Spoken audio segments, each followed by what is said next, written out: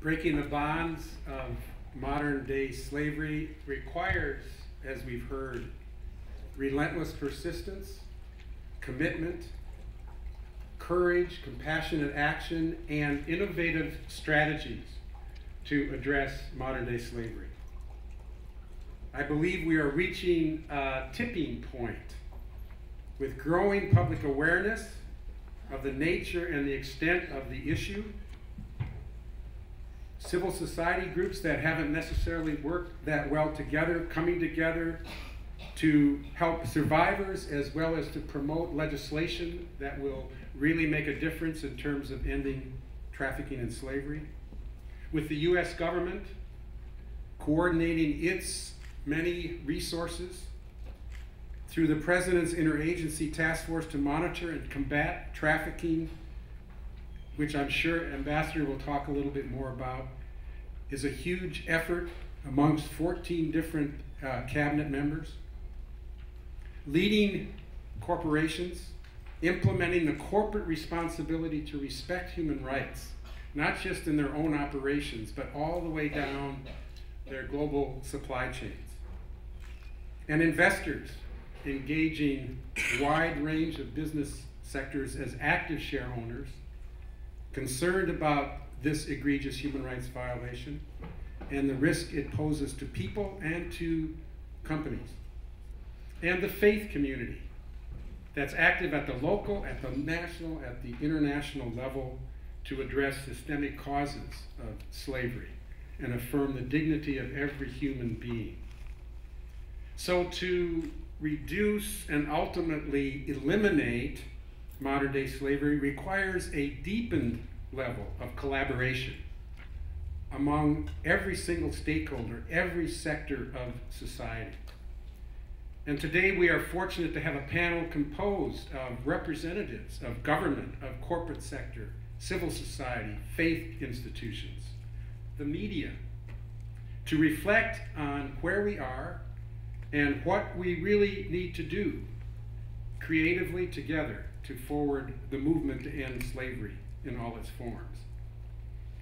But before I introduce our moderator, I invite a few representatives of the ICCR community, some over 60, 70 organizations actively working in the ICCR to really combat slavery and trafficking through a range of interactions with companies. And they will give you a bit of a glimpse of some of the impact that this work has had, starting many years ago within the supply chain, the last 8 or 10 years in the hospitality sector, as they engage companies to make a difference in terms of their business practices and policies down to the community. As we work with companies to implement policies to eradicate human trafficking and modern-day slavery, it's important that we keep in our mind always the stories and faces of survivors. In our work with U.S. Airways on human trafficking, we are working to really raise public awareness of these horrendous crimes that often happen in the shadows. The anti-trafficking ads U.S. Airways placed in their in-flight magazine over the past 2 years have really shed light on sex and labor trafficking and is a great example of a company doing that. You know, without these types of ads, without this awareness, then really we need it. And the bottom line is we need it to recognize that sex and labor trafficking are happening all around us.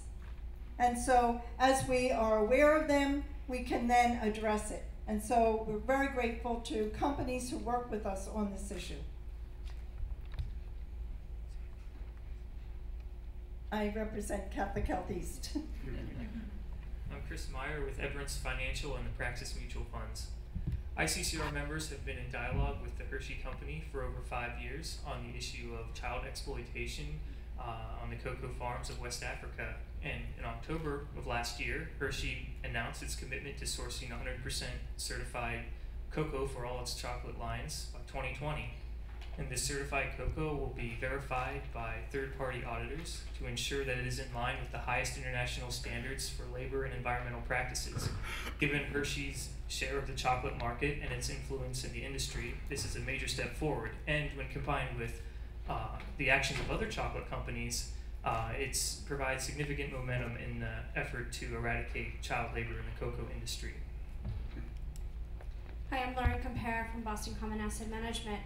I think as we've, ICCR really early on recognized that a multi-stakeholder approach and having key stakeholders, all key stakeholders at the table, including victims, was really essential in combating and confronting modern day slavery and human trafficking. And I think in terms of our demonstration of that, working over the last 5 years under the Responsible Sourcing Network on both conflict minerals sourced from the Democratic Republic of Congo, as well as addressing child labor in the cotton fields in Uzbekistan, bringing together labor and trade associations, unions, human rights NGOs, companies, investors, and most importantly, government officials to really rally around and looking at effective ways of working together have really been a game changer, I think. And ICCR and the way in which it approaches these types of issues comprehensively is really, I think, a demonstration of our leadership. Hi, I'm Julie Tanner with Christian Brothers Investment Services. The International Labor Organization tells us that 14 of 21 million people suffer the human indignity of slave labor. 14 million of 21 million, it's an amazing statistic. ICCR is working on this in a variety of ways, including encouraging companies to ensure that their supply chains are slavery-free, to work to create ethical recruitment policies, and to create policies and practices on fair and responsible hiring. No employee should have to pay for a job. We encourage companies to strengthen their work on this issue. I know many of you in this room are doing wonderful work, and we look forward to your ongoing leadership to strengthen this and to help ensure that slavery-free supply chains are a fact.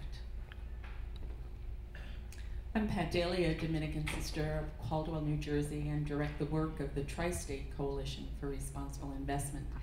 And today we're building on the momentum of our Celebration Without Exploitation campaign that started 4 years ago by ICCR members in reaching out to hotels as they hosted the Super Bowl. We've attempted to raise awareness of the potential of any sporting event that might really attract additional and a spike in trafficking. This year, the Tri-State Coalition for Responsible Investment is reaching out to hotels in the New York and New Jersey area. Just last week, Margot, I've got a prop with me. Margot Morris is on our staff. She's coordinating the training. We worked with over 200 volunteers last week, reaching out to over 300 hotels in New Jersey, and we'll be working with about 500 hotels in New York with additional volunteers in the New York area, asking them to train their workers, their staffs. And we work, ECPAC is here. They'll be working with us on the training. And we're just also working, we've got this incredible coalition of NGOs, about 50 groups in New Jersey, the New Jersey Coalition Against Human Trafficking. Very different. I mean, look at that momentum from when Sister Susan started this back with CBIS just 4 years ago in Dallas. So we're really looking at a time where the travel industry is on the alert and all the employees will be focused on watching and making sure that they know what to do when they encounter trafficking. So on April 24th, 2013, a continent away and north of Dhaka at the Rana Plaza, garment factory collapsed, and with a death toll north of 1,200 people. And that clearly pointed out to us the tremendous human cost when retailers and suppliers and factory owners and governments don't accept responsibility of providing a safe working environment for workers. And ICCR immediately responded, and we were successful in gathering the support of $3.1 trillion of assets under management by other investors across the world to respond and to support the Bangladesh Fire and Safety Accord, and which is now numbers more than 80 companies. And we continue to try and recruit more companies to become partners in that. I think this points out clearly to us that worker safety is a real priority for institutional investors. And the system of supply chain for the garments that most of us put on every day when we go to work needs seriously to be addressed. And unfortunately, it's taken the great loss of life in Bangladesh to bring this into the public consciousness, but we believe it can be a tipping point in changing the entire sector. And so thanks to all for your support. So let's thank the representatives of ICCR and the companies that have responded to the engagements to really help move the ball forward. We're actually going to get to this incredible panel. My next task is very, very easy, and it's an honor to introduce the moderator, Stephen Greenhouse, who will then introduce the rest of the panel. Stephen really started a long time ago with the New York Times in 1983, the year I moved to New York, and has been a labor reporter since 1995, covering a whole range of issues that you and I have read about and have gotten a deepened understanding of issues, whether it's farm workers, the fact that they're not covered by national legislation, the National Labor Relations Act, as it was passed in 1935 and amended, etc. He's written a lot about Walmart and all the issues that we know well as we've engaged the company, including that story where workers are literally in stores cleaning overnight and couldn't get out, locked in to stores in this country. And now, more recently, since Tazreen, the fire in November, and the Rana Plaza, as Seamus indicated, has done excellent work covering that issue, not so much from the perspective of what is left undone, but rather to kind of report what is taking place and the accord, which Seamus mentioned, over 80 companies working with trade unions, with civil society organizations in a new way of working together that has real potential. I think the reporting, Stephen, has been excellent. You should get an award. And the editorial policy of the New York Times, exemplified in today's editorial, around calling on the government of Bangladesh to increase the minimum wages that are abysmally low right now, $38 per month. So, Stephen, thanks for being with us. Congratulations on your work. We look forward to further spotlight on the key issues that are impacting our world and society. And it's now your job to introduce the rest of the panel. Thank you.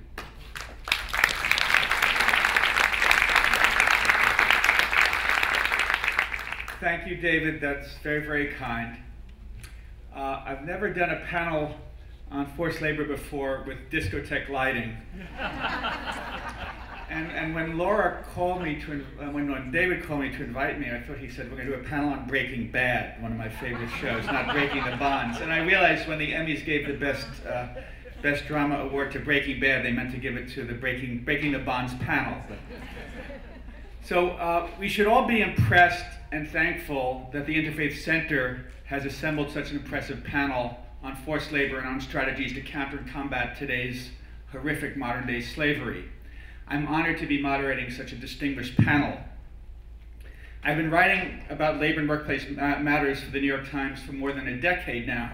I write about minimum wage violations and efforts to unionize workers at various companies, and Wisconsin and Indiana and Michigan and other states rolling back union rights.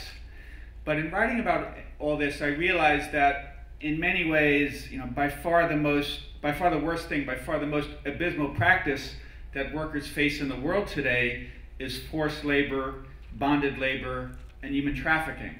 I should add, of course, what happened to the more than 1,100 workers in Rana Plaza is horrific and evil, and let's pray that nothing like that ever happens again. It boggles the mind to contemplate that 21 million people around the world are modern-day slaves in forced labor, according to ILO statistics. It also boggles the mind that more than 5 million of these people are children. I must confess that as a journalist who writes about labor, the hardest subject to cover in many ways is forced labor and human trafficking. One reason is that it's often so hidden. The malign people who traffic in other human beings and hold them in slavery often do an excellent job in keeping these people invisible and silent. Similarly, the victims of forced labor, today's modern-day slaves, are locked inside homes or brothels or brickyards, hidden. They're often threatened with all sorts of horrors and violence if they try to escape or attempt to talk with NGOs or the news media. So these are very difficult stories to get at and report on and write about. But we at the New York Times and many other media try to get the story out on the domestic workers who are effectively imprisoned, working in affluent folks' homes on Long Island or Westchester County, or at diplomats' homes outside Washington, D.C. And we write when we can about the teenagers kidnapped from Latin America and then trafficked to New Jersey across the river and other states to work as prostitutes. And we write about the 10-year-olds and 12-year-olds who work as bonded laborers in India or Pakistan, or in forced labor on chocolate plantations, cocoa plantations in West Africa. I will be the first to acknowledge that we in the news media don't write enough about this subject. We haven't kept our eye on the ball enough. It's hard to really do these stories. Fortunately, the Interfaith Center on Corporate Responsibility has kept its eye on this particular ball year in and year out. And out of that concern comes today's panel. We are fortunate today to have these experts to discuss forced labor and modern-day slavery. We have Lenny Ashworth, General Manager of Global Diversity at Delta Airlines. I was looking at Letty's resume before. You juggle so many balls and have so many responsibilities. I don't know how you do it, but one of Letty's responsibility is to help oversee Delta's noble efforts to help ferret out human trafficking on airplanes. Ambassador Louis CdeBaca is head of the State Department's, U.S. State Department's Office to monitor and combat trafficking in persons. And Ambassador CdeBaca played an instrumental role in prosecuting the largest slavery prosecution in the United States history, involving the enslavement of more than 300 Vietnamese and Chinese workers at a garment factory in American Samoa. And you won a nice award for your great work on that. Matul is director of the Survivor Network of the Coalition Against Slavery and Trafficking, CAST. Ima came to the United States from Indonesia as a teenager. She was promised $150 a month in pay, but when she arrived in Los Angeles, labor recruiters forced her to become an imprisoned domestic worker. She often worked 18 hours a day, 7 days a week, and we'll ask you to tell us a little more about those unfortunate times. Susan Stern is chair of the Presidential Advisory Council on Faith-Based and Neighborhood Initiatives, and they're doing a lot of work on forced labor and slavery and how to combat it. Susan is the immediate past national campaign chair of the Jewish Federations of North America. So the way the panel is set up, I'm told, is we have 40 minutes. I will pose questions and we'll discuss, and then we'll have 30 minutes of questions and answer from the audience. So I'll begin by asking the panelists, why is human trafficking, why is forced labor, modern-day slavery so pervasive? Okay. Well, I think that one of the things that we have to remember is that when we're talking about this problem of human trafficking, modern slavery, whatever euphemism we're calling it these days, at the core, what we're talking about is all of the activities in holding somebody in, or even reducing them to a condition of compelled service. So this is not minimum wage violations. This is not OSHA violations. It's not bad working conditions. It's not prostitution, qua prostitution. It involves all of those things. And it's at the intersection, perhaps, of where human rights, labor standards, transnational organized crime, gender, and ethnicity all come together. And right in the middle of all of those, right where almost every national authority and where every subgroup within those national authorities overlap, that's where human trafficking is. And the reason I say that overlap is, I think about a case that I did when I was a prosecutor, where the way that the FBI, INS, Labor Department, Florida Labor Department, etc., all had carved up their geographic area of enforcement, left a sliver right in central Florida that was about 30 miles long and 15 miles wide. And that was where everybody was holding their agricultural crews in slavery, because that was where there were no police. That was where there was no enforcement. And I think that, to me, that's an allegory for the entire fight against human trafficking. The traffickers find those places. They find where we say, well, I don't work on trafficking, I just work on child protective issues. Or I don't work on trafficking, I work on labor standards. Or I don't work on trafficking, I'm a human rights lawyer. And when we all do that, we're creating that zone of impunity. And I think that that's one of the reasons why trafficking is so prevalent in the modern era, is because we now have the ability for them to exploit those zones of impunity. Go back 100 years, you had to somehow recruit somebody, typically in Southeastern Europe, tell them that there was a good job for them in New York, and then get them all the way here, Lower East Side, tenements, etc., exploit them, but go back and get them one at a time. Takes 6 months.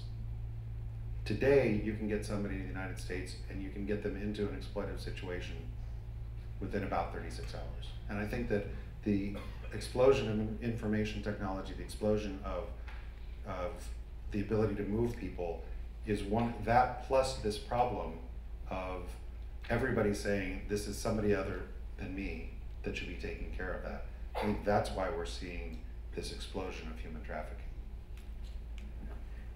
You know, to build on what Ambassador CdeBaca said, in our study of human trafficking, and I have to admit, we gathered a group of faith leaders under the President's Advisory Council from a broad spectrum of faiths, as well as heads of major non-profits. And when they gave us the issue of human trafficking, we were just dumbfounded. We did not know. And these are the heads of major religions. We knew it existed. We did not know what was going on in our own communities, in our own churches, in our own synagogues, in our own organizations. And if we didn't know, then we could only imagine that so many people out there didn't know. And I think my part of the problem is we don't know, or it's somebody else. And I think we need to raise that awareness. I think all of you being here and listening to the people who just spoke in terms of what they're doing, that is critically important, because I think once you know, it's very hard to turn your back on it. It is also a very high profit, low risk business. And part of what we need to do is switch that paradigm and make it very high risk and low profit. And we were in a session yesterday when a police officer said, you know, all the people who used to do drug deals, they now traffic in humans because the penalties, the governmental penalties, are less for the human traffickers than they are for the drug traffickers. So we have a lot of things we have to change, but first I think everybody needs to know what, you know, goes on, because we don't feel it touches our own lives, but indeed it does touch all of us. And I would simply add, it's a $32 billion industry, supply and demand. There's a crack in the armor, and we work in silos. And until we continue the dialogue across industry, it's going to go on. And so I think that's what we're here. And I want to challenge some of the analysts in the audience, because we use the $32 billion figure. This is something that came out of the ILO from their earlier study. in which they were saying there was only about 3.5 million people in human trafficking in the world. Because at that point they were exempting out bonded labor, there was some different methodologies. The new study that they've done, and they haven't followed it up with what the cost, what the profit to the traffickers are, etc. Their new study puts us at this 21 million figure. And so if we're talking 32 billion when we thought this was about a 3 million victim crime, I'd love to see some new numbers out there as to what does a 21 million victim crime look like as far as the economic impact. Exactly. Either way, it's unacceptable. So I'm sure everyone in the audience would like to hear about what you and your groups are doing to help confront and eradicate modern day slavery.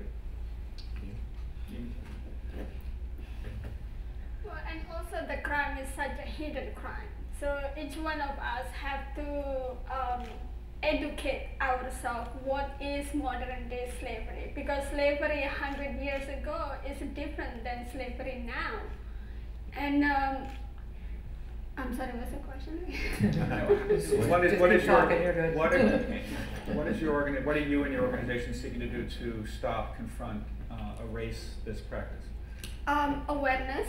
It's always #1 priority to raise awareness, and because raising awareness, that's how we get the information out there. That's how everyone's get educated. Awareness is #1 thing. And for me, when I heard that a victim being rescued because they read something, on newspaper or magazine, because of the interview that survivor did, it helps other victims. So that's very important. Letty, can you talk a little about what Delta Airlines and you are doing to And I mean, it's exactly the awareness perspective. Approximately 3 years ago, specifically 2010, there were a number of people who approached Richard Anderson, our CEO, at stakeholder meetings, no doubt. And I think he was questioned, where does Delta fit in this scheme, in this story, on the storyboard? And Richard immediately said that Delta would immediately start to look at ways to bring about awareness within the corporation. And of course, like what Susan said, I mean, at the beginning, everyone said, well, what does that mean? Are we involved in human trafficking? Is the Delta Metal involved in human trafficking? Where is it taking place?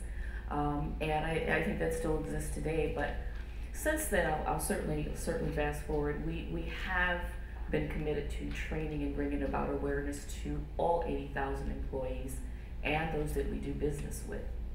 Specifically 3 areas.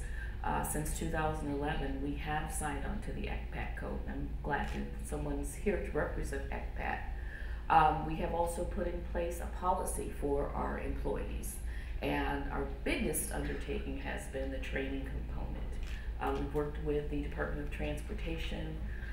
We worked not only with ECPAT, but with CdeBaca, which is the Global Business Coalition Against Human Trafficking, and LTHAT, which is the Leaders Against Trafficking. And through that, we've been able to use some of their training, but we Deltaize it, of course, and our training is ongoing as I speak. And literally, when we launched our training, within 2 weeks, and I'm happy to say we had more than 6,000 employees take our training. So we've gone from 0 to 60 as soon as we launched the training. #1, people were dumbfounded initially. But then they were very proud that Delta, as one of the first legacy carriers, would take this initiative on. I know we're going to talk about that a little bit later, but the training has been, the response to the training has been phenomenal.